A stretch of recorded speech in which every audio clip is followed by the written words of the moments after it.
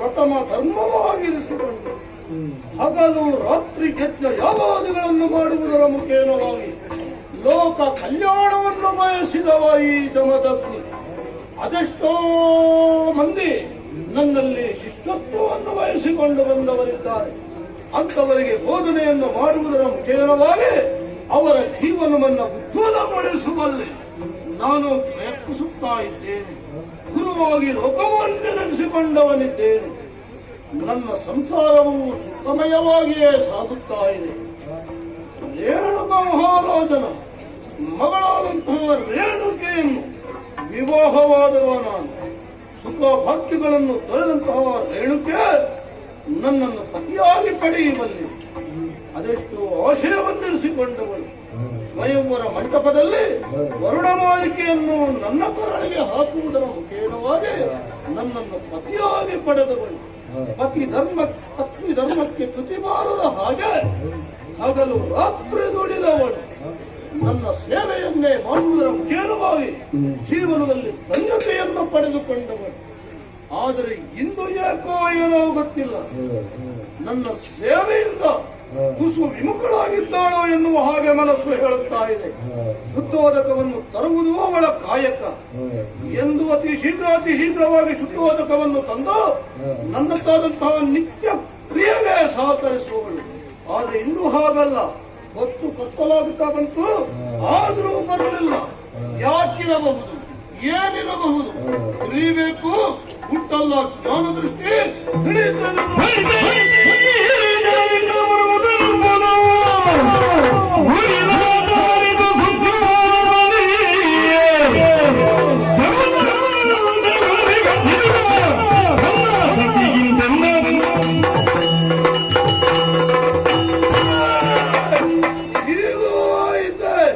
ವಿಚಾರಿಸಲೇಬೇಕು.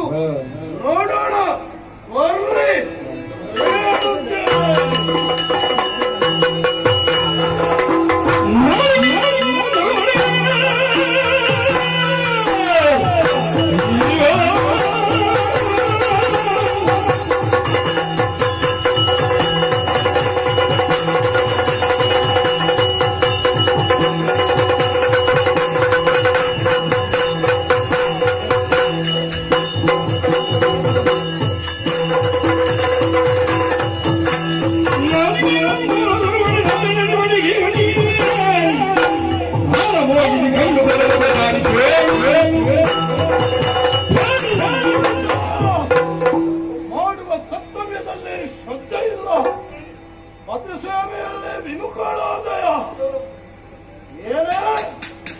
ಏನು ಹೇಳಿ ಹೋದವಳು ನನ್ನಲ್ಲಿ ನೀರನ್ನು ತರುತ್ತೇನೆ, ಶುದ್ಧೋದಕವನ್ನು ತರುತ್ತೇನೆ ಎನ್ನುವ ಹಾಗೆ ನದಿಯೆಡೆಗೆ ಸಾರಿದವಳಲ್ಲವೇನೆ ನೀನು.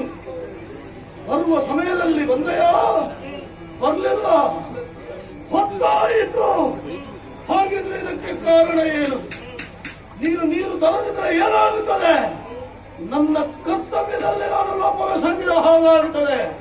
ನನ್ನ ಕರ್ತವ್ಯದಲ್ಲಿ ಲೋಪ ಆಯಿತು ಅಂತಾದ್ರೆ ಅದು ನಿನಗೆ ನೀನು ಮಾಡಿದ ಲೋಪ ಅಲ್ವೇನೆ? ಯಾಕೆ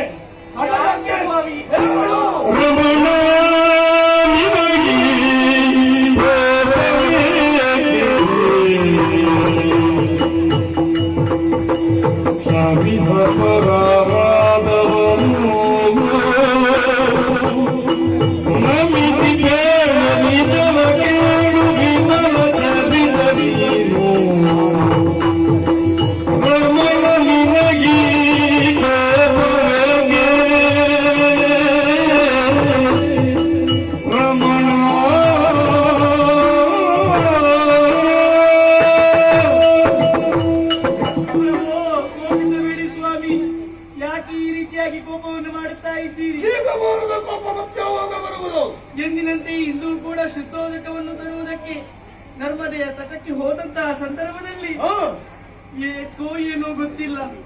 ಕೇಚರನೋರ್ವ ತನ್ನ ಸಖಿ ವೃಂದದ ಜೊತೆಯಾಗಿ ನೀರಾಟವನ್ನಾಡುವುದನ್ನು ಕಂಡೆ.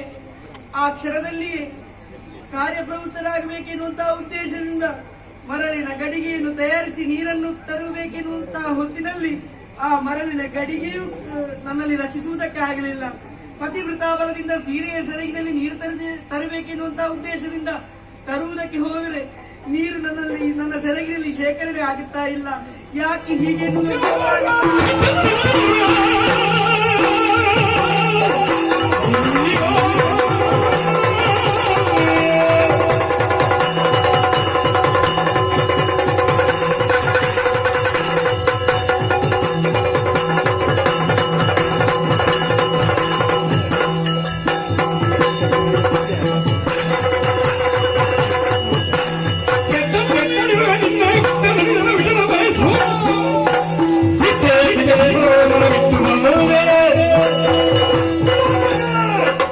ಸಾಮಾನ್ಯ ಸ್ತ್ರೀಯರು ಹಾಗೆ ಬಂದು ಹಾಗೆ ಮಾತಾಡುತ್ತಿರುವೆಯಲ್ಲ. ನೀನಾಡುವುದು ಮಾತಲ್ಲ, ನೀನಾಡುವುದು ಬೊಗಳುತ್ತಿರುವೆಯೇನೆ. ಏನು ಬೆಕ್ಕು ಕಣ್ಣು ಮುಚ್ಚಿ ಹಾಲು ಕುಡಿದ್ರೆ ಪ್ರಪಂಚ ನೋಡುವುದಿಲ್ಲ ಅಂತ ಭಾವಿಸ್ತದೆ. ಹಾಗಾಯಿತು ನಿನ್ನ ಪರಿಸ್ಥಿತಿ. ಕಂಡೆಯ ದುರ್ಮದೆಯ ತಟೆಯಲ್ಲಿ ಕೇಚರನೋರ್ವನನ್ನು ಕಂಡೆಯ. ಅವನ ನೀರಾಟವನ್ನು ಕಂಡು ಗಡ್ಡ ಬಿಟ್ಟ ಗೊಡ್ಡು ಸನ್ಯಾಸಿಗಿಂತ ಕೇಚರನೆ ಆಗಬಹುದು ಎನ್ನುವ ಹಾಗೆ ತಿಳಿದುಕೊಂಡೆಯ. ನೀನು ಮಾಡಿದ್ದು ಅಪರಾಧವಲ್ಲ, ನೀನು ಮಾಡಿದ್ದು ಮಾನಸಿಕವಾದ ವ್ಯಭಿಚಾರ ಎನ್ನುವುದು ತಿಳಿದಿರುವೆ. ಏನು 5 ಮಕ್ಕಳ ತಾಯಿ ನೀನು, ಗೊತ್ತು ನಿನಗೂ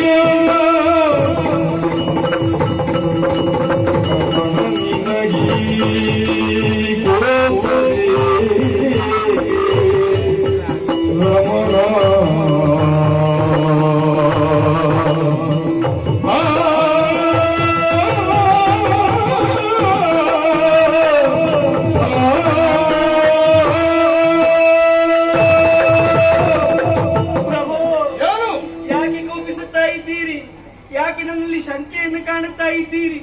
ನಿಮ್ಮಿಂದಲಾಗಿ 5 ಮಕ್ಕಳನ್ನು ಪಡೆದವಳು ನಾನು. ಕೊನೆಯ ಮಗು ಅದು ನಾರಾಯಣನ ಅಂಶ ಎನ್ನುವುದಾಗಿ ಅಶರೀರವಾಣಿಯಾಗಿದೆ. ಅಂಥ ನನ್ನಲ್ಲಿ ನೀವು ಶಂಕೆಯನ್ನು ಕಾಣುತ್ತಾ ಇದ್ದೀರಾ? 5 ಮಕ್ಕಳನ್ನು ಹೆತ್ತಿದ್ದೆ. ಹೌದು, ನೆನಪುಂಟಲ್ಲ ನಿನಗ? ಆದರೆ ಯಾವ ಭಾವದಿಂದ ಕೇಚರನ್ನು ನಾನು ನೋಡಿದ್ದಲ್ಲ ಪ್ರಭು.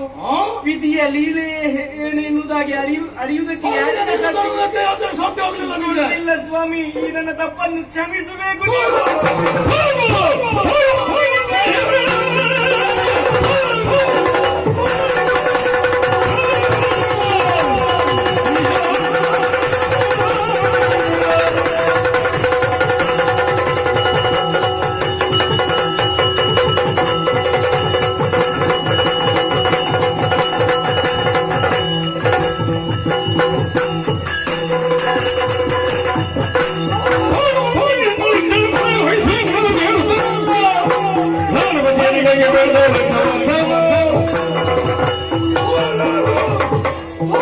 ಮಮಗ್ರಹದಿಂದ ಯಾಲಾಗೆ ಇನ್ನು ನನ್ನ ಮನೆಯಲ್ಲಿ ಉಳಿಯುವ ಯಾವ ಯೋಗ್ಯತೆಯನ್ನಾಗಲಿ ಯಾವ ಅರ್ಹತೆಯನ್ನಾಗಲಿ ನೀ ಪಡೆದಿಲ್ಲ. ನನ್ನ ಸತಿಯಾಗಿ ಬಾಳುವ ಅರ್ಹತೆ ನಿನಗೆ ಇಲ್ಲದೆ ಹೋಯಿತು. ಕೇಚರನನ್ನ ಕಂಡು ಅವನ ಮೇಲೆ ಮನ ಮಾಡಿದ ನೀನು ಇನ್ನು ನನ್ನ ಬಳಿ ಒಂದರ ಕ್ಷಣವು ಇರ ಕೂಡದು, ಹೋಗುವುದಿಲ್ಲ ಅಂತಾದ್ರೆ ನಿನ್ನನ್ನು ಕೊಂದು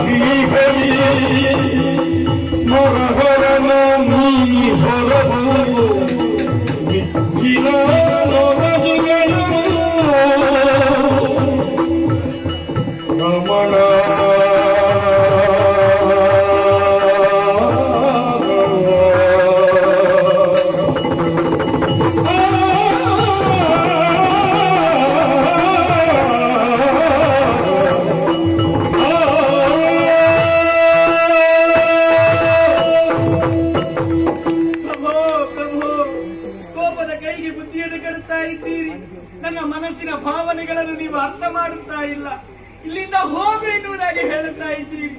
ಹೋಗುವುದಿಲ್ಲ ಸ್ವಾಮಿ, ನನ್ನನ್ನು ಕೊಲ್ತೀರಿ. ಹೋಗೋದಿದ್ರೆ ಬಿಡುವುದಿಲ್ಲ, ಕೊಂದು ಹಾಕ್ತೇನೆ. ಕೊಲಿರಿ ಸ್ವಾಮಿ, ನನ್ನನ್ನು ಕೊಂದು ಹಾಕಿ. ಯಾಕೆ? ಹೆಣ್ಣಾದವಳು ಬಯಸುವುದು ಮುತ್ತೈದ ಮರಣವನ್ನು. ನಾನು ಭಾಗ್ಯವಂತನು. ಶ್ರೀಹರಿಯ ಅಂಶವತ್ಯಾರಿಯಾದಂತಹ ಮಗ ಭಾರ್ಗವನನ್ನ ಹೊಟ್ಟೆಯಲ್ಲಿ ಹುಟ್ಟಿದ್ದಾನೆ. ನನ್ನ ಹೆತ್ತ ಹೊಡಲೇ ಪಾವನವಾಯಿತು, ಧನ್ಯಳಾಗಿದ್ದೇನೆ ನಾನು. ಇನ್ನು ನನಗೆ ಏನು ಬೇಡ ಸ್ವಾಮಿ. ಹಾಗಾಗಿ ಮುತ್ತೈದ ಮರಣವನ್ನು ನಾನು ಸ್ವೀಕರಿಸುತ್ತೇನೆ. ಅದಲ್ಲದೆ ನನಗೆ ತಾಳಿ ಕಟ್ಟಿದಂತಹ ಗಂಡನ ಕೈಯಿಂದ ಮರಣ, ಇದು ನನಗೆ ಮರಣವಲ್ಲ ಸ್ವಾಮಿ, ಇದು ನನಗೆ ಮಹಾನವಮಿ. ಕೊಲಿ ಸ್ವಾಮಿ, ಕೊಲಿ, ನನ್ನನ್ನು ಸಾಯಿಸಿ. ನಾನು ಕೊಂದ್ರೆ ನಿನಗೆ ಮುಕ್ತಿಯ ಪಥ ದೊರೆಯುತ್ತದೆ ಎನ್ನುವ ಹಾಗೆ ನೀ ತಿಳ್ಕೊಂಡಿರುವೆ. ಇಲ್ಲ ಇಲ್ಲ, ನಿನಗೆ ಮುಕ್ತಿಯ ಪಥ ಸಿಗುವುದಕ್ಕೆ ಸಾಧ್ಯವೇ ಇಲ್ಲ. ಯಾಕೆ ಸಾಧ್ಯ ಇಲ್ಲ? ನಾ ಕೊಲ್ಲಲಾರೆ. ನನ್ನ ಮಕ್ಕಳಿಂದ ನಿನ್ನನ್ನು ಕೊಲ್ಲಿಸುತ್ತಾರೆ. ಎಲ್ಲಿ ನನ್ನ ವಾಸು?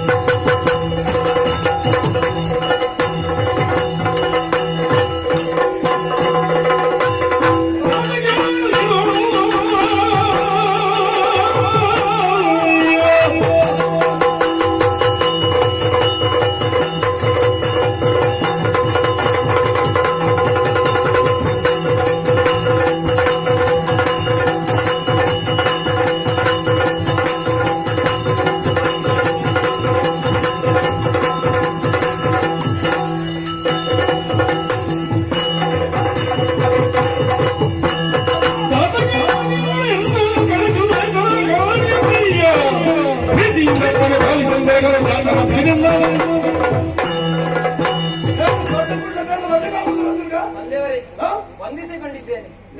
ಕಾನೂನಕ್ಕೆ ಯಾಗಕ್ಕೆ ಬೇಕಾದಂತಹ ಫಲಕರನ್ನು ತರುವುದಕ್ಕಾಗಿ ಹೋದವನು ಮಗನೇ ಇತ್ತ ಕಡೆ ಬಾ ಎಂಬುದಾಗಿ ಕರೆ ಕೇಳಿದ್ದಲ್ಲ, ಹೇಳಿದೆ. ಓಡಾಡಿ ಬಂದೆ, ಓಡೋಡಿಕೊಂಡು ಬಂದೆ. ಏನಾಗಬೇಕು? ಏನಾಯ್ತು? ಏನಾಗಬೇಕು? ಆಗಬೇಕಾದದ್ದು ಒಂದೇ. ಏನು? ಯಾರವಳು? ಅಮ್ಮ. ಏನದು? ಅಮ್ಮಲ್ಲ, ಗುಮ್ಮ. ಗಟ್ಟಿಗೆ ತರ್ಲಿಕ್ಕೆ ಅದದು ಒಮ್ಮೆ ಹೋಗಿ ಬಂದದ್ದಲ್ವ? ಏನು ನಿನಗೆ ಅದೇ ಕೆಲಸ? ಸಾಕಾಗಿಲ್ವಾ? ಬೇರೆ ಕೆಲಸ ಇಲ್ಲ ಮನೆಯಲ್ಲಿ, ಬೇರೆ ಕೆಲಸ ಇಲ್ಲ. ಕಟ್ಟಿಗೆ ತರುವುದಂತ ಮಾತ್ರ ಕೆಲಸ ನಿನಗೆ. ನೀವು ಹೇಳಿದಂತ ಕೆಲಸ ಮಾಡ್ಬೇಕಲ್ಲಪ್ಪ. ನಾನು ಹೇಳಿದ್ದ ನಿನಗೆ, ನಿನ್ನಲ್ಲಿ ಏನಾದ್ರೂ ಈಗ ಕೆಲಸ ಹೇಳಿದ್ದ? ಕಟ್ಟಿ ಕೊಡುವಾಗ ಹಾಗಿದ್ರೆ ಹೇಳಿದ ಕೆಲಸ ಮಾಡ್ತಿ. ಹಿಂದೆ ಮುಂದೆ ನೋಡಬೇಡ. ಅವಳ ಶಿರವನ್ನು ಕತ್ತಿ ಹಾಕಿ ಕೆಳಗೆ ಹಾಕಿದ್ದು ಹೇಗೂ ಹೆಕ್ಕು ಕಾಸ್ತಿ ಹೆಕ್ಕು ಕತ್ತಿ ಹಾಕಿ ಕತ್ತಿ ಹಿಡಿದಕ್ಕಾಗುದಿಲ್ಲ. ಗಟ್ಟಿ 9 ತಿಂಗಳು ಯಾರಿಗೆ? ಹೆಚ್ಚು ಹೊತ್ತು ಸಾಕಿದ ಅಮ್ಮ ಅಲ್ಲ ಯಾರು? ಅದಕ್ಕೆ ತಾಯಿಯ ಶಿರವನ್ನು ಯಾರಾದ್ರೂ ಕಡಿತಾರ? ಯಾಕೆ ಕಡಿಬಾರದು? ನನಗೆ ಆಗುದಿಲ್ಲ. ತಪ್ಪು ಮಾಡಿದ್ರೆ ಯಾರ ಶಿರವನ್ನು ಕಡಿಬಹುದು? ಹೆತ್ತ ತಾಯಿ ಹೆತ್ತ ತಾಯಿ ಆಗುದಿಲ್ಲ.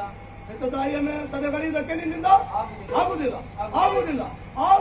ಅಂತ ಬೆತ್ತ ಮೇಲೆ ನೀ ಈ ಭೂಮಿಯಲ್ಲಿ ಇರುವುದಕ್ಕೆ ಅರ್ಹರಲ್ಲ. ಹೋಗು.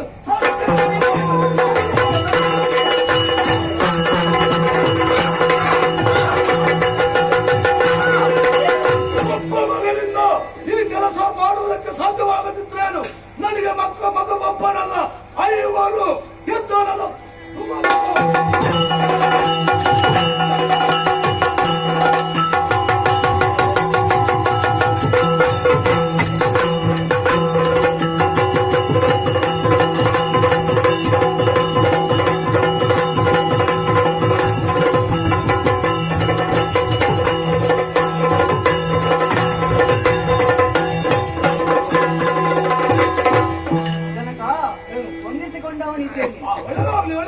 ಪೂಜೆಗಾಗಿ ಹೂ ತರಲಿಕ್ಕೆ ನಾನು ಹೋಗಿದ್ದವ.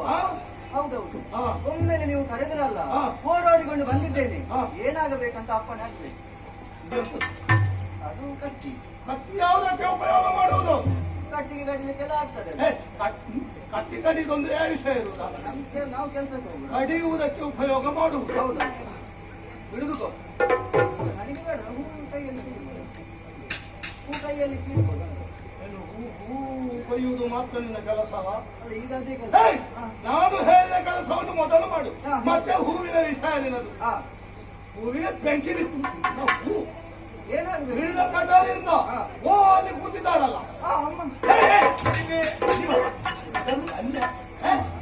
ಎಣ್ಣೆ ಅಮ್ಮಲ ಜಂಡೆ ಅವಳು. ಹಿಡಿದ ಕಟಾರಿಂದ ಅವಳ ರುಂಡವನ್ನು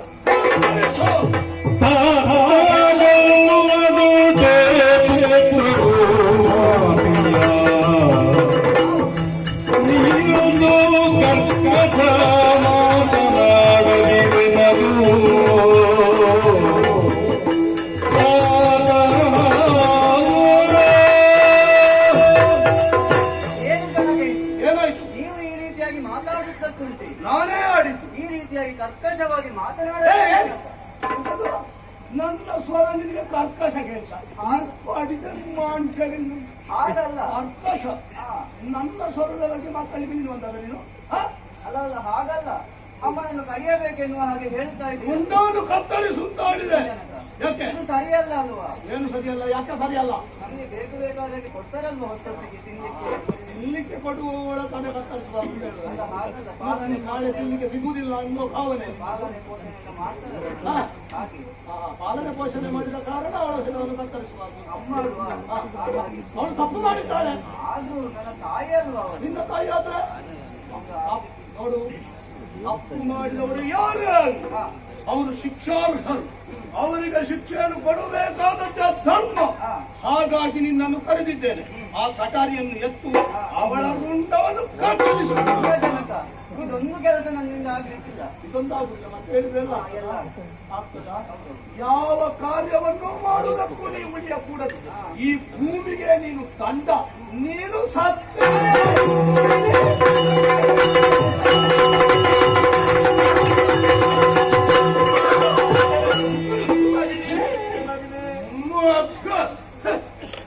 ಅವನಿಲ್ಲ, ಇವನಿಂದಲೂ ಈ ಕಾರ್ಯ ಆಗಲಿಲ್ಲ.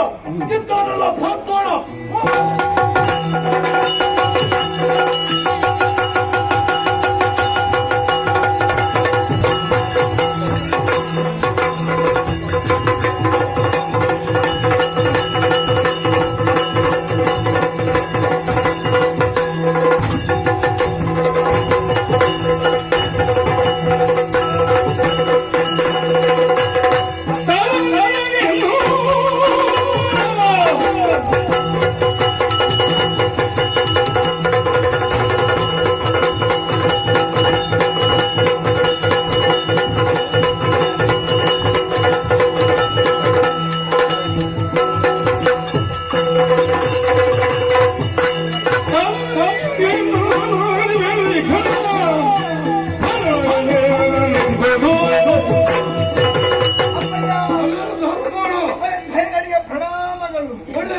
ಪೂಜೆಗೆ ಬೇಕಾದಂತಹ ಸಮಿತಿಗಳನ್ನು ತೆಗೆದುಕೊಂಡು ಬರುತ್ತೇನೆ ಎಂಬುದಾಗಿ ಹೋದವ. ಒಂದೊಮ್ಮೆಗೆ ಮಗನೇ ಬೃಹದ್ವಾರವ ಎಂಬ ಧ್ವನಿ ಅಲ್ಲೇ ಬಿಟ್ಟು ಓಡಾಡಿಕೊಂಡು ಬಂದಿದ್ದೇನೆ. ಒಳ್ಳೆದಾಯ್ತು ಮಗನೇ. ಅಪ್ಪನ ಮೇಲೆ ಅಷ್ಟು ಪ್ರೀತಿ ನನ್ನ ಅಪ್ಪ ಮಗ ಅಂತ ಹೇಳಿದ್ರೆ ಹೀಗಿರು. ಕಟ್ಟು ಮುಟ್ಟಾಗಿ ಅಪ್ಪಯ್ಯ ಒಂದು ಒಳ್ಳೆ ಕೆಲಸ. ಇದುವರೆಗೆ ಎಲ್ಲಿದ್ದಪ್ಪಯ್ಯ ನಾನು ನೋಡ್ಲೇ ಇಲ್ಲ. ಹೌದಾ? ಇಷ್ಟರವರೆಗೆ ನಿನಗೆ ಇದನ್ನೆಲ್ಲ ತೋರಿಸ್ಲಿಲ್ಲ. ಹೌದು. ಇದು ಯಾಕೆ ಈಗ ತೋರಿಸಬೇಕಾದ ಅನಿವಾರ್ಯ ಸ್ಥಿತಿ ನನ್ನ ಪಾಲಿಗೆ ಒದಗಿ ಬಂದಿದೆ. ಅನಿವಾರ್ಯ? ಇದು ಯಾಕೆ ಉಪಯೋಗ ಅಂತ ನಾನು ಹೇಳ್ತೇನೆ. ನೋಡು, ಅಮ್ಮ ಎನ್ನಮ್ಮ ನಿನ್ನ ಅಮ್ಮವೇ ಅಲ್ಲ ಅಂತ ಹೇಳಲಿಲ್ಲ. ಇಂದು ಮುಂದೆ ನೋಡಬೇಡ. ನಾನು ಹೇಳಿದ ಕಾರ್ಯವನ್ನು ನೀನು ಮಾಡಲೇಬೇಕು. ನಾನು ಮಾಡ್ತೇನೆ. ಇದು ಅಪ್ಪನ ಆದೇಶ, ಗೊತ್ತಾಯ್ತಲ್ಲ? ಏನಪ್ಪ? ಹೋಗು, ಅವಳ ರುಂಡವನ್ನು ಹಿಡಿದ ಕಟಾರಿಂದ ಅಪ್ಪಯ್ಯ ಮಾತುಗಳನ್ನೇ ಹೇಳುತ್ತಾ ಇದ್ದೀರಿ. ನಿನ್ನ ಭಾವವೇ ಬದಲಾದದ್ದೇನು? ಹೌದು, ನನ್ನ ಟಿವಿಯು ಹೋಯಿತು.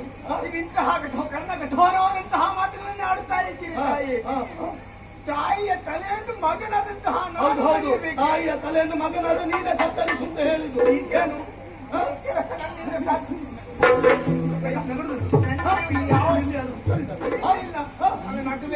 ಒಂದು ಕೂಡ ಅರ್ಥವೇ ಆಗುದಿಲ್ಲ. ತಾಯಿಯ ತಲೆಯನ್ನು ಮಗನಾದವನು ಕಡಿಯುವುದು ಸರಿಯಪ್ಪಯ್ಯ. ಬರ್ತೇ ಉಂಟು ಈಗ. ಹೌದಪ್ಪಯ್ಯ, ನಿನ್ನಲ್ಲಿ ನೀತಿ ಪಾಠವನ್ನು ಕೇಳಿಲ್ಲ. ತಾಯಿಯ ತಲೆಯನ್ನು ಕಡಿಯುವುದು ತಪ್ಪ ಸರಿಯ ಅಂತ ಕೇಳಲಿಲ್ಲ. ಈ ಕಾರ್ಯವನ್ನು ಮಾಡುವುದು ಆದೇಶ ಮಾಡ್ತಾ ಇದ್ದಾನೆ ಅಪ್ಪಯ್ಯ. ಮಾಡುವುದಿಲ್ಲ ಅಂತಾದ್ರೆ ನಿನ್ನ ಅಣ್ಣಂದಿರಿಗೆ ಬಂದ ಗತಿ ನಿನಗೂ ಆದೀತು. ಹೌದಾ ಅಪ್ಪಯ್ಯ, ನೀವು ಬೇರೆ ಕೆಲಸ ಹೇಳಿದ್ರೆ ನಾನು ಖಂಡಿತ ಆಗುದಿಲ್ಲ. ಈ ಕೆಲಸ ನನ್ನಿಂದ ಸಾಧ್ಯವೇ ಇಲ್ಲ. ನಾನು ಸತ್ಯವರವಾಗಿಲ್ಲ, ಖಂಡಿತ ಸಾಧ್ಯವಿಲ್ಲ.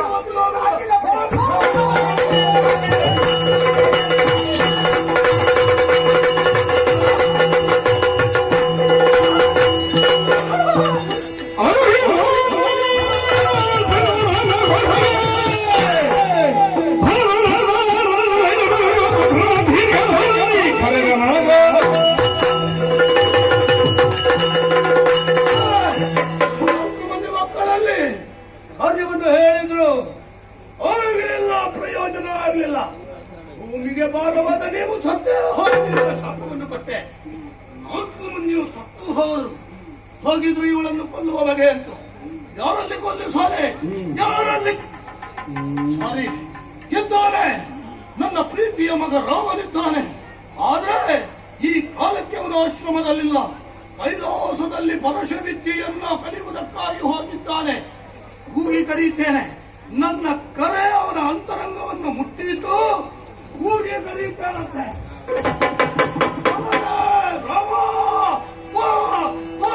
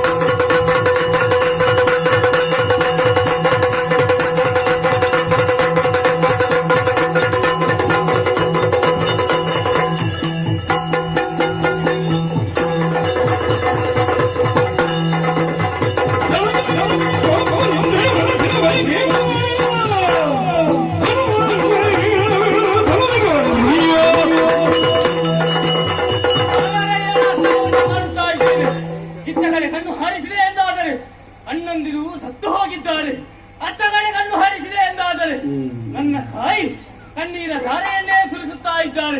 ತಂದೆಯವರನ್ನು ನೋಡಿದ್ದಾರೆ, ಪ್ರಳಯ ಕಾಲದ ಉತ್ತರಂತೆ ಗೋಚರಿಸುತ್ತಾ ಇದ್ದಾರೆ. ತಂದೆ, ಇದಕ್ಕೆಲ್ಲ ಕಾರಣವೇನು? ವಿಘ್ನ ವಿನಾಯಕನಲ್ಲಿ ಪರಶು ವಿದ್ಯೆಯನ್ನು ಆರ್ಜಿಸಿದ್ದವ ಈ ಪರಶುರಾಮ. ಆ ಕಾಲದಲ್ಲಿ ನಿಮ್ಮ ಎತ್ತರದ ಕರೆಗೆ ಉತ್ತರವಾಗಿ ಬಂದಿದ್ದೇನೆ. ಏನಾಗಬೇಕು?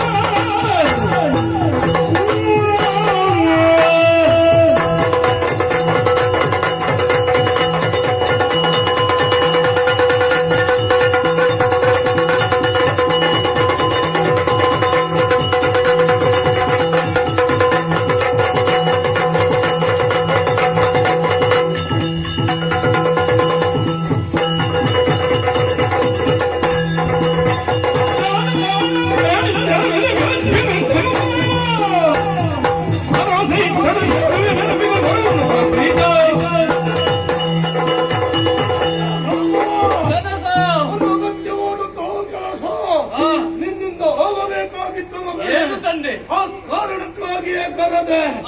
ಆದ್ರೆ ಏನು ಮಾಡೋಣ ಹೇಳು? ಈ ಕಾಲದಲ್ಲಿ ಎಲ್ಲರ ಮೇಲೆಯೂ ಭರವಸೆಯನ್ನು ಕಳೆದುಕೊಳ್ಳಬೇಕಾದಂತಹ ಪ್ರಮೇಯ ನನ್ನ ಪಾಲಿಗೆ ಒದಗಿ ಬಂದಿದೆ. ಹಾಗಾಗಿ ಹೇಳ್ತಾ ಇದ್ದೇನೆ, ನನಗೆ ಭರವಸೆ ಬರಬೇಕು ಅಂತಿದ್ರೆ ನಾನು ಹೇಳಿದ ಕಾರ್ಯ ನೀನು ಮಾಡ್ತಿದ್ದಾನೆ. ನನಗೆ ಭರವಸೆ ಭಾಷೆ ಕೊಟ್ಟೆ.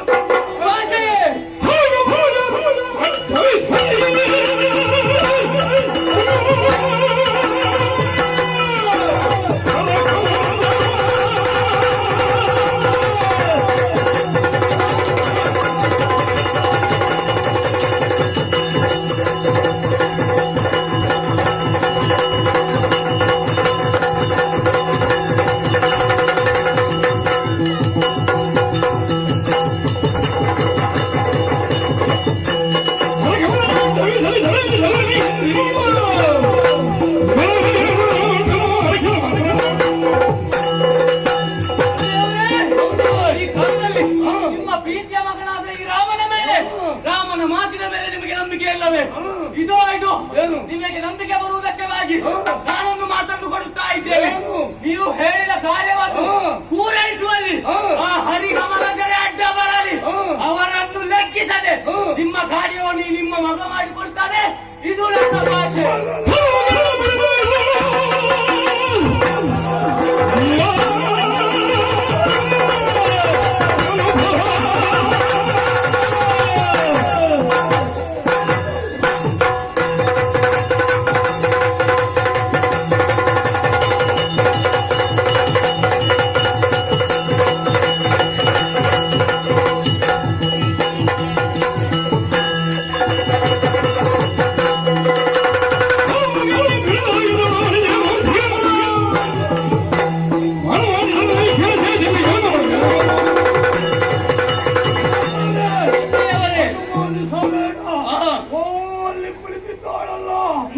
ಅವಳ ಶಿರವನ್ನು ಹಿಡಿದ ಪರಶುವಿನಿಂದ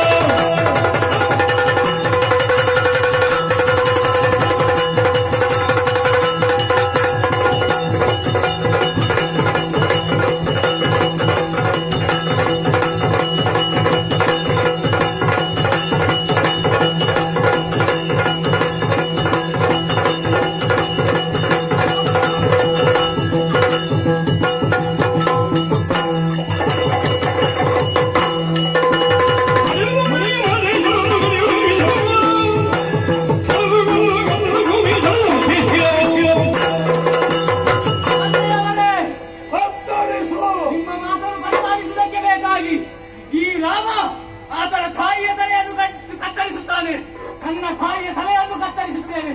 ನನ್ನ ತಾಯಿಯ ತಲೆಯನ್ನು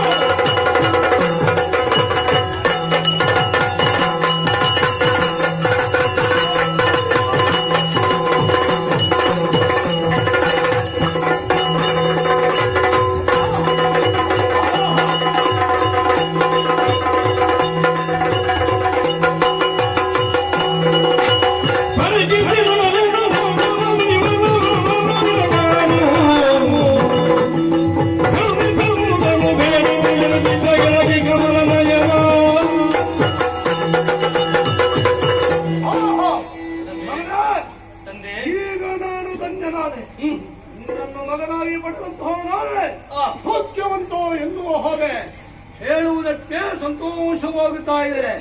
ನಾನು ಹೇಳಿದ ಕಾರ್ಯವನ್ನ ಕ್ಷಣ ಮಾತ್ರದಲ್ಲಿ ಮಾಡಿ ಪೂರೈಸಿರುವೆ. ಹಾಗಾಗಿ ನಿನಗೆ ಮೆಚ್ಚಿ 3 ವರಗಳನ್ನು ನಾನು ಕೊಡುತ್ತಾ ಇದ್ದೇನೆ. ನಿನಗೆ ಏನು ಬೇಕು ಹೇಳು. ತಂದೆಯವರೇ ಕರುಣಿಗೋ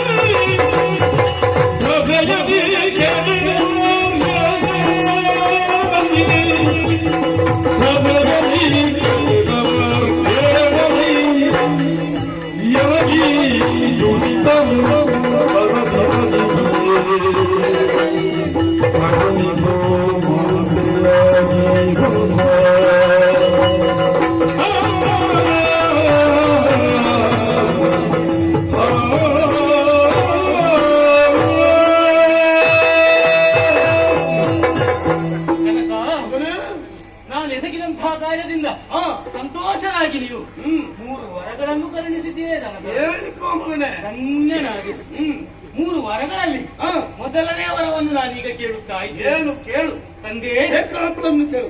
ಮಾನವರು ಸಂಘ ಜೀವಿಗಳು. ಆ. ಮನೆ ಮಠ, ಅಣ್ಣ ತಂಗಿಯರು, ಸಂಸಾರ ಎನ್ನುವುದೆಲ್ಲವೂ ಇದ್ದರೆ ಆತನ ಜೀವನವು ಉತ್ತಮವಾಗಿ ಸಾಗುವುದಕ್ಕೆ ಸಾಧ್ಯ ಉಂಟು. ಈ ಕಾಲದಲ್ಲಿ ನನಗೆ ನಿಮ್ಮನ್ನು ಬಿಟ್ಟರೆ ಬೇರೆ ಯಾರಿದ್ದಾರೆ ಹೇಳಿ? ನಾನಿದ್ದೇನೆ ಜೀವಿಯಾಗಿ. ಇಲ್ಲ ತಂದೆಯವರೇ, ನೀವು ನನ್ನ ತಂದೆಯಾಗಿರುವವರು. ನನಗೆ ಅಣ್ಣಂದಿರೆಲ್ಲಿದ್ದಾರೆ? ಹಾಗಾಗಿ ನಿಮ್ಮಲ್ಲಿ ಕೇಳುತ್ತಾ ಇದ್ದೇನು. ನನ್ನ ಈ ಆಶ್ರಮವನ್ನು ಬಿಟ್ಟು ತೆರಳುವಂತಹ ಕಾಲದಲ್ಲಿ ಅಣ್ಣಂದಿರು ನನ್ನ ಬಳಿಗೆ ಬಂದರು. ನಗು ನಗುತ್ತಾ ಆಶೀರ್ವದಿಸಿ ಗುರುಮಠಕ್ಕೆ ಕಲಿಸಿದವರಿದ್ದಾರೆ. ಆದರೆ ಈ ಕಾಲದಲ್ಲಿ ನನ್ನಲ್ಲಿ ಆಡುವುದಕ್ಕೂ ಯಾರು ಇಲ್ಲ, ಮಾತಾಡುವುದಕ್ಕೂ ಯಾರು ಇಲ್ಲ. ಆ ಕಾರಣದಿಂದಾಗಿ ನಿಮ್ಮಲ್ಲಿ ಕೇಳುತ್ತಾ ಇದ್ದೇನೆ, ನನ್ನ ಅಣ್ಣಂದಿರನ್ನು ನನಗೆ ಕರುಣಿಸಿ. ಜೀವನ ಪೂರ್ತಿ ಅವರಲ್ಲಿ ಆಟ ಆಡ್ತಾ ಇರಬಹುದು ಅಂತ ಆಸೆ ನಿಮಗೆ? ಅಲ್ಲ, ಬರುವಾಗಾದ್ರೂ ಮಾತಾಡುವುದಕ್ಕೊಂದು ಅಣ್ಣಂದಿರು ಬೇಕು. ಮಾತಾಡುವುದಕ್ಕೆ ನಾನು ಮತ್ತೆಂತದ್ದು ಮಾಡುವುದು? ನಿಮ್ಮಲ್ಲಿ ಜನತನ ಪ್ರೀತಿ, ಅವರಲ್ಲಿ ಭಾತೃತ್ವದ ಪ್ರೀತಿ. ಮಗನೇ, ಯಾವುದಕ್ಕೂ ಪ್ರಯೋಜನ ಇಲ್ಲದ ಮಕ್ಕಳು ಈ ಭೂಮಿಗೆ ದಂಡ ಎನ್ನುವ ಕಾರಣಕ್ಕಾಗಿ ಅವರಿಗೆ ಶಾಪಗಟ್ಟು ಅವರನ್ನು ಕೊಂದಿದ್ದೇನೆ. ತಂದೆಯವರೇ, ಅವರು ಸತ್ತು ಹೋದ ಮೇಲೆ ಮತ್ತೆ ಯಾಕೆ ಅವರ ವಿಷಯ? ನೀವು ಈ ಹಿಂದೆ ಹೇಳಿದಂತಹ ಕಾರ್ಯವನ್ನೆಲ್ಲ ಅವರು ಮಾಡಿದವರು ತಾನೇ. ಈ ಕಾಲದಲ್ಲಿ ಒಂದು ತಪ್ಪನ್ನು ಮಾಡಿದ್ದಾರೆ. ಆದರೆ ಮಕ್ಕಳಾಗಿ ತಂದೆಯ ಮಾತನ್ನು ನೆರವೇರಿಸಬೇಕಾದ್ದು ಅವರ ಧರ್ಮ ಎನ್ನುವುದನ್ನು ಆಲೋಚನೆ ಮಾಡಲಿಲ್ಲಲ್ಲ ಅವರು. ಆದರೆ ನನಗೆ ಈ ಕಾಲದಲ್ಲಿ ನನಗೆ ಅಣ್ಣಂದಿರೇ ಬೇಕು. ಬೇಡ ಮಗನೇ, ನನಗೆ ಅವರೇ ಬೇಕು. ಹಠವೇ ನನ್ನದು ಹಠವೇ. ಅವರು ಮತ್ತೆ ಬದುಕಬೇಕು. ಅವರು ಮತ್ತೆ ಬದುಕಬೇಕು. ಏನು ಮಾಡೋಣ? ನಿನ್ನ ಹಠಕ್ಕೆ ಒಲಿದು ಅವರನ್ನು ನಾನು ಬದುಕಿಸ್ತೇನೆ. ಆದ್ರೆ ಬದುಕಿದ ಈ ಕಾಲದಲ್ಲಿ ನನಗೆ ಅವರ ಮುಖ ತೋರಿಸಕೂಡದು. ಅವರ ಮುಖವನ್ನು ನೋಡುವುದಕ್ಕೆ ನನಗೆ ಮನಸ್ಸಿಲ್ಲ. ಅವರು ಅಲ್ಲಿಂದಲೇ ಎದ್ದು ಹೋಗ್ಬೇಕು.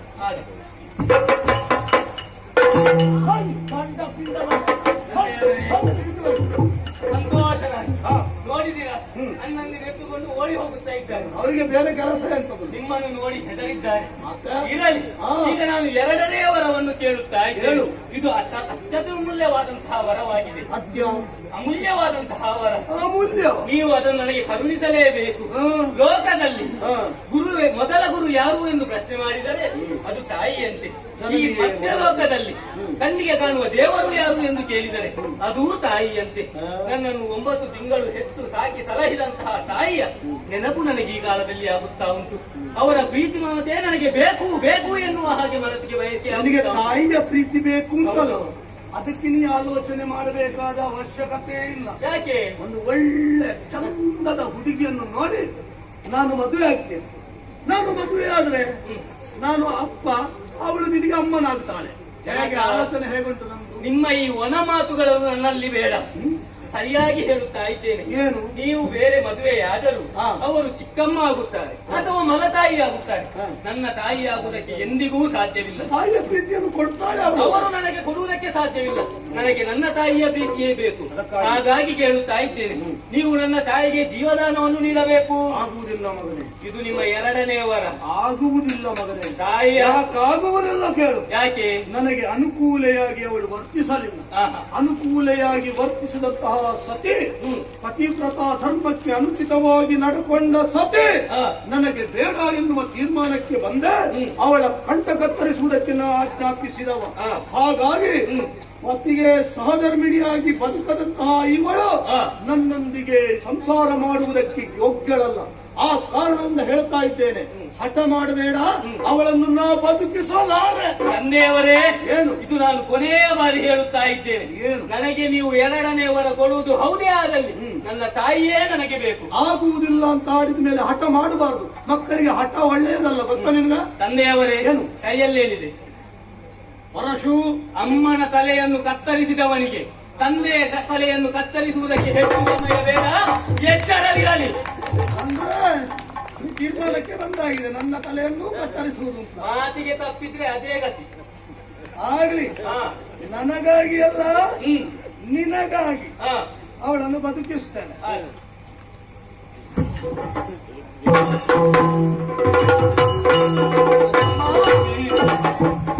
ಮೊದಲಾಗಿ ನಿಮಗೆ ವಂದಿಸಿಕೊಳ್ಳುತ್ತಾ ಇದ್ದೇನೆ. ಏನೆಲ್ಲ ನಡೆಯುತ್ತೆ ನಿಮಗೆ ತಿಳಿಯುತ್ತೆ ಅಮ್ಮ? ನಿಮ್ಮ ಕತ್ತಿಗೆ ನಾನು ಈ ಪರಸನ್ನು ತಂದದ್ದು ಮಾತ್ರ ನಿಮಗೆ ಗೊತ್ತು. ಆಮೇಲೆ ನಡೆದ ವಿಚಾರ ನಿಮಗೆ ಏನೂ ತಿಳಿದಿಲ್ಲ. ನಿಮ್ಮ ಮಗ ನಾನು ಹೇಳುತ್ತೇನೆ, ತಂದೆಯ ಮಾತಿನಂತೆ ನಿಮ್ಮ ತಲೆಯನ್ನು ಕತ್ತರಿಸಿದ್ದೇನೋ ನಿಜ. ಆ ಬಳಿಕ ನಾ ಎಸಗಿದ ಕಾರ್ಯದಿಂದ ಸಂತೋಷನಾದಂತಹ ನನ್ನ ತಂದೆಯವರು ನನಗೆ 3 ವರಗಳನ್ನು ಕರುಣಿಸಿದರಮ್ಮ. 3 ವರ? ಹೌದಮ್ಮ. ಮೊದಲನೆಯ ವರವಾಗಿ ನನ್ನ ಅಣ್ಣಂದಿರನ್ನು ಬದುಕಿಸಿ ಎನ್ನುವ ಹಾಗೆ ಕೋರಿಕೊಂಡೆ. ಅವರು ಬದುಕಿ ಅತ್ತ ನೋಡಿಯಂತೆ ಆಟವಾಡುತ್ತಾ ಇದ್ದಾರೆ. ಸತ್ಯ. ಇನ್ನು ಎರಡನೆಯ ವರವಾಗಿ ನಿಮ್ಮನ್ನು ಬದುಕಿಸಬೇಕು ಎನ್ನುವ ಹಾಗೆ ಕೇಳಿಕೊಂಡಿದ್ದೇನೆ ತಾಯಿ. ಆದರೆ ಈ 3ನೇ ವರವನ್ನು ಯಾವುದು ಕೇಳುವುದು ಎನ್ನುವ ಹಾಗೆ ನನಗೆ ಗೋಚರವಾಗುತ್ತಾ ಇಲ್ಲ. ನೀವೇ ಹೇಳಬೇಕು ಜನ. ಮಗನೇ, ಅಮ್ಮ. ನನ್ನ ಶಿರವನ್ನು ಛೇದಿಸಿದ್ದೀಯೆ ಎಂದ ಮಾತ್ರಕ್ಕೆ ನಿನ್ನಲ್ಲಿ ಬೇಸರ ಇಲ್ಲ ಕಂದ. ಆ. ತಂದೆ ತಾಯಿಯ ಮಾತನ್ನು ಈಡೇರಿಸಬೇಕಾದ ಮಕ್ಕಳಾದಂತಹ ನಿನ್ನ ಕರ್ತವ್ಯ. ಆ. ನಿನ್ನ ಕರ್ತವ್ಯವನ್ನು ನೀನು ನಿಭಾಯಿಸಿದ್ದೀಯ. ನಿಜ ಅಮ್ಮ. ಆದರೆ ಆ. 3ನೇ ವರ ಹೇಗೆ ನಾನು ಕೇಳಬೇಕೆನ್ನುವುದಾಗಿ ಕೇಳುತ್ತಾ ಇದ್ದೀಯ. ನಿಜ. ಹೆತ್ತ ತಾಯಿಯ ಶಿರವನ್ನೇ ಕತ್ತರಿಸಿದ್ದೀಯ. ಆ. ಸ್ತ್ರೀ ಹತ್ಯೆ ಬಾತಕ, ಮಾತೃ ಹತ್ಯೆಯ ದೋಷ ಆ. ಬರಬಾರದು ಎನ್ನುವುದಾಗಿ ಕೇಳಿಕೊಂಡ. ನಿನ್ನ ಮಾತಿನಂತೆ ಆಗಲಿ. ತಂದೆಯವರೇ, ಮಗನೇ, ನನ್ನ 2 ವರಗಳನ್ನು ನೀವು ಪೂರ್ಣಗೊಳಿಸಿದ್ದೀರಾ. ಹೌದು. ಈಗ 3ನೇ ವರವನ್ನು ಕೇಳುತ್ತೇನೆ. ಏನು ಬೇಕು ಕೇಳು. ಮಾತೃ ಹತ್ಯ ದೋಷ ನನಗೆ ಬಾಧಿಸದ ಹಾಗೆ ನೀವು ಕರುಣಿಸಬೇಕು. ಪಾಪಶಂಕೆ ನಿನ್ನ ಚಿತ್ತವನ್ನು ಆವರಿಸಿದೆ. ನಿಜ. ಮಾತೃಹತ್ಯಾ ದೋಷ ಬಾರದ ಹಾಗೆ ಹಾ, ನಾನು ನಿನ್ನನ್ನು ಹರಸುವೆ. ನಿಜ ತಾನೆ. ಆಗಲಿ ಮಗನು. ಹಾ, ಸ್ತ್ರೀ ಹತ್ಯೆ, ಮಾತೃಹತ್ಯಾ ದೋಷ ನಿನ್ನನ್ನು ಬಾಧಿಸಲೇ ಕೂಡ. ಇದೋ ನಿನ್ನನ್ನು ಹರಸಿದ್ದೆ. ಧನ್ಯನಾದೆ. ಜನಕ, ಮಗನೇ, ನಿಮ್ಮ ಎತ್ತರದ ಕಡೆಗೆ ಓಡೋಡಿ ಬಂದವ ನಾನು. ಉತ್ತರವಾಗಿ ಹೌದು. ಆದರೆ ಈಗ ಪರಶುವಿದ್ಯೆಯನ್ನು ಅರ್ಥದಲ್ಲಿ ನಿಲ್ಲಿಸಿ ಬಂದವ. ಹಾಗಾಗಬಾರದು. ಹೌದೌದು. ಯಾವುದೇ ವಿದ್ಯೆ ಅರ್ಥದಲ್ಲಿ ನಿಲ್ಲಬಾರದು, ಪೂರ್ಣ ಆಗಬೇಕು. ನಿಮ್ಮ ಅನುಗ್ರಹಕ್ಕೆ ಖಂಡಿತವಾಗಿಯೂ ಪೂರ್ಣಗೊಳಿಸುತ್ತೇನೆ. ಆ ಕಾರಣಕ್ಕೆ ಬೇಕಾಗಿ ಕೈಲಾಸದತ್ತ ಪರಶುವಿದ್ಯೆಯನ್ನು ಕಲಿಯುವುದಕ್ಕೆ ಹೋಗಿ ಬರುತ್ತೇನೆ. ಹೋಗಿ ಬಾ ಮಗನೇ, ನಿನಗೆ ಶುಭವಾಗಲಿ. ಅಮ್ಮ, ಕೈಲಾಸಕ್ಕೆ ಹೋಗಿ ಬರುತ್ತೇನೆ. ಶುಭವಾಗಲಿ. ಹೋ, ಹೋ, ಹೋ. ಅಲ್ಲ, ಇದನ್ನು ಯಾರಾದ್ರೂ ಮನೆ ಅಂತ ಹೇಳಿ ಇಲ್ಲಿ ಉಂಟಷ್ಟು ಕಸ. ಒಂದು ಹೆಣ್ಣು ಮಕ್ಕಳಿದ್ದ ಮನೆ ಅಂತ ಯಾರಾದ್ರೂ ಹೇಳ್ಯಾರ ಈ ಆಶ್ರಮವನ್ನು? ಅದು ರೇಣುಕೆ ಇರುತ್ತಾ? ಇಲ್ಲಿ ಇಷ್ಟೊಂದು ಕಸವ. ರೇಣುಕ ಸತ್ತಿದ್ದಾಳೆ. ಅದಿದ್ಯಾರು? ನಾನು ಭಾರ್ಗವನ ತಾಯಿ. ಭಾರ್ಗವನ ತಾಯಿ ಹಿಂದೆ. ಭಾರ್ಗವನ ತಾಯಿ ಹೌದು. ಹಾಗೆಂದು ಜಮದಗ್ನಿಯ ಪತ್ನಿ ಎನ್ನುವುದನ್ನು ಮರೆತೆಯಾ? ಯಾವಾಗಲೇ ಹೋಯ್ತು. ಎಂದದ್ದು ಹೋದದ್ದು? ನೀನು ನೀನು ಇದು ನೋಡು, ಅಲ್ಲಿ ಕಸ ಬಿದ್ದಿದೆ, ಅದನ್ನ ಹೆಕ್ಕು. ಬೇರೆ ಮದುವೆ ಆಗಿ ಬೇಕಾದ್ರೆ ಬೇರೆ ಮದುವೆ ಆಗಿ. ಯಾರು? ನೀವೇ ಹಾಗೊಂದು ಉಂಟೆ ಏನು ಅದನ್ನು ಕನಸಿನಿಂದಾದ್ರೂ ಕಟ್ಟುವುದಕ್ಕೆ ಸಾಧ್ಯವೇ? ಮದುವೆ ಹೆಂಡತಿ ಬೇಡ ಅಂತ ಆದ್ರೆ ಕೊಲ್ಲಿಸುವುದು ಯಾವ ಮತ್ತೆ ಬದುಕಿಸುವುದು ಯಾವ ಇದೇ ಕೆಲಸ. ಹೆಣ್ಣು ಮಕ್ಕಳನ್ನಾದ್ರೂ ಕಣ್ಣೆತ್ತಿಯೂ ನೋಡದವ ನಾನು. ಎಲ್ಲಾ ಪ್ರಪಂಚದ ಹೆಣ್ಣು ಮಕ್ಕಳು ನನಗೆ ತಾಯಿ ಸಮಾನರು ಅಂತ ಕಂಡವ ನಾನು. ನಿನ್ನನ್ನೊಂದು ಬಿಟ್ಟು ಯಾಕೆ ಹಠ? ಹಠ ನಿನಗೆ ಒಳ್ಳೇದಲ್ಲ. ಎಷ್ಟು ಚಂದ ಇದ್ದೀನಿ, ಹಠ ಮಾಡಿದ್ರೆ ನಿನಗೆ ಕಾಣ್ತಿ ಗೊತ್ತುಂಟ ನೀವು. ನಿನ್ನ ಈ ಮುಖವನ್ನು ಕಾಣುವುದಕ್ಕೆ ನನಗೆ ಇಷ್ಟ ಇಲ್ಲ. ಇಷ್ಟೆಲ್ಲ ಆದದ್ದು ಯಾವ ಕಾರಣದಿಂದ? ಯಾವ ಕಾರಣದಿಂದ? ನಿಮ್ಮ ಕೋಪದಿಂದ ಆದದ್ದು. ಮತ್ತೆ ಈಗ ನಾನು ಕೋಪಿಸಿದ್ದೇನೆ ಎನ್ನುವ ಕಾರಣಕ್ಕಾಗಿ ನೀನು ನನ್ನ ಹತ್ರ ಬರುವುದಕ್ಕೆ ನಿನ್ನೆ ಮುಂದೆ ನೋಡ್ತೀಯಲ್ಲ. ನೀವು ಯಾವಾಗ ಕೋಪ ಬಿಡ್ತೀರಿ ಹಾಗೆ ನನ್ನ ಹತ್ತಿರ ಬರ್ತೇನೆ. ನೀನಿರುವಾಗ ಇನ್ನು ನಾ ಕೋಪ ಮಾಡಲುಂಟೆ? ಈ ಹಿಂದೆ ಆದ ಘಟನೆಗಳು ಅದೊಂದು ಕಹಿ ಘಟನೆಗಳು ಎನ್ನುವ ಹಾಗೆ ಮರೆತು ಬಿಡು. ನೀನು ಸತ್ತು ಬದುಕಿದವರು, ಅಂದ್ರೆ ಪುನರ್ಜನ್ಮವನ್ನು ಪಡೆದವರು. ನೀನು ಪರಮ ಪತಿವ್ರತೆ ಎನ್ನುವುದನ್ನು ನಾನೇನು ತಿಳಿಯದವನಲ್ಲ. ನೀ ಹಾಗೆಲ್ಲ ನೀನು ಆಲೋಚನೆ ಮಾಡಬೇಡ. ನನ್ನ ಕೋಪ ಇನ್ನು ನಿನ್ನ ಮೇಲೆ ಇಲ್ಲವೇ ಇಲ್ಲ. ಸತ್ಯವಾಗ್ಲು ಮತ್ತೆ 100 ಮಾತಿಗೆ ಕೋಪ ಬಿಟ್ಟು 1000 ಮಾತಿಗೂ ನನ್ನ ಕೋಪ ಇಲ್ಲ ನಿನ್ನ ಸತ್ಯ ಮಾತು ನಿನ್ನ ನಿಜ? ನೀನು ಪಾಪ ಹೋಗಿ ಹೋಗಿ ಗಂಡು ಮಕ್ಕಳು ನನ್ಬಾರ್ದು. ಕೋಪ ಅಂತದಲ್ವ ನಿಮ್ಗೆ? ಮತ್ತೆ ನೀನು ಗಡ್ಡಕ್ಕೆ ಕೈ ಹಾಕಿದಾಗ ನನಗೆ ನೋವಾಗುವುದಿಲ್ಲ. ಕೋಪ ಬಿಟ್ಟಿದ್ದೇನೆ ಅಂತ ಹೇಳಿದ್ರೆ ಎಲ್ಲ ಕೋಪವನ್ನು ಬಿಡಬೇಕು, ಇಲ್ಲದ್ರೆ ನಾನು ಆಗುದಿಲ್ಲ. ಹಾಗಿದ್ರೆ ನಾನು ಕೋಪವನ್ನು ಬಿಡಬೇಕು. ಜೀವನ ಪರ್ಯಂತ ಕೋಪವನ್ನೇ ತ್ಯಜಿಸಬೇಕು ಅಂತ ಆಡ್ತಾ ಇದ್ದೀನಿ. ಹೌದು ರೇಣುಕಾ, ನಿಮ್ಮ ಕೋಪದಿಂದ ಇಷ್ಟು ಹಣ ಆಗುತ್ತಾರೆ. ಈ ಕೋಪದಿಂದಲೇ ಇಂತಹ ಒಂದು ಘಟನೆ ಘಟಿಸಿದ ಮೇಲೆ ಇನ್ನು ಕೋಪವನ್ನಿಟ್ಟು ನಾ ಮಾಡುವುದಾದರೂ ಏನು? ನನಗೆ ಬೇಕಾದದ್ದು ರೇಣುಕಿ ಆಗ್ಲಿ. ಇದೋ ಈ ಕ್ಷಣವೇ ಸಮದಗ್ನಿ ಕೋಪವನ್ನು ಬಿಟ್ಟಿದ್ದು. ಬಿಡಬೇಡ ಬಿಟ್ರೆ ಹಾಳಾಗಿ ಹೋಗ್ತೀನಿ. ಕೋಪ ಬಿಟ್ರೆ ಹಾಳಾಗುವುದಕ್ಕಿಂತ ಒಳ್ಳೆದಾಗುದಲ್ವಾ? ಮತ್ತೆ ಹೋಗ್ಲಿ. ಹೋಗಿ ರೇಣುಕಾ, ತುಸು ಹೊತ್ತು ಒಳಗೆ ಸರಸ ಸಲ್ಲಾಪದಲ್ಲಿ ಕಾಲವನ್ನು ಕಳೆಯೋಣ. ಆದಿ. ಈಗ